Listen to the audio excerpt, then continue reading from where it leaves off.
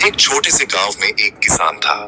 हर साल की तरह उसने इस बार भी अपने खेत को जोता, मिट्टी को तैयार किया और उसमें दो बीज डाले। मिट्टी ठंडी थी, हवा में हल्की सी नमी थी। दोनों बीज एक दूसरे के पास गिरे। पहला बीज डरते हुए बोला, मुझे नहीं लगता मैं इस मिट्टी में दब पाऊंगा। यहाँ तो अंधेरा है, ठंड है, न जाने कितने कीड़े होंगे। अगर मैं दब गया तो शायद मर जाऊं।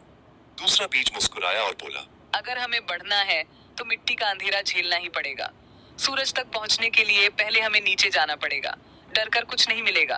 पहला बीज बोला, तू चाहे जो कर, मैं तो यहीं रहूंगा, हवा खाऊंगा, धूप देखूंगा, यही जिंदगी काफी है।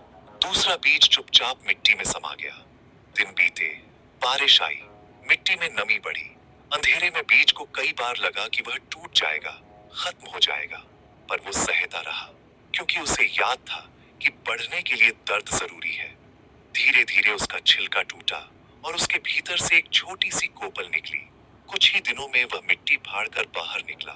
सूरज की पहली किरण ने उसे छुआ, जैसे किसी माँ ने बच्चे को पहली बार गले लगाया हो। समय बीता और वह छोटा पौधा एक हरा भरा पेड़ बन गया।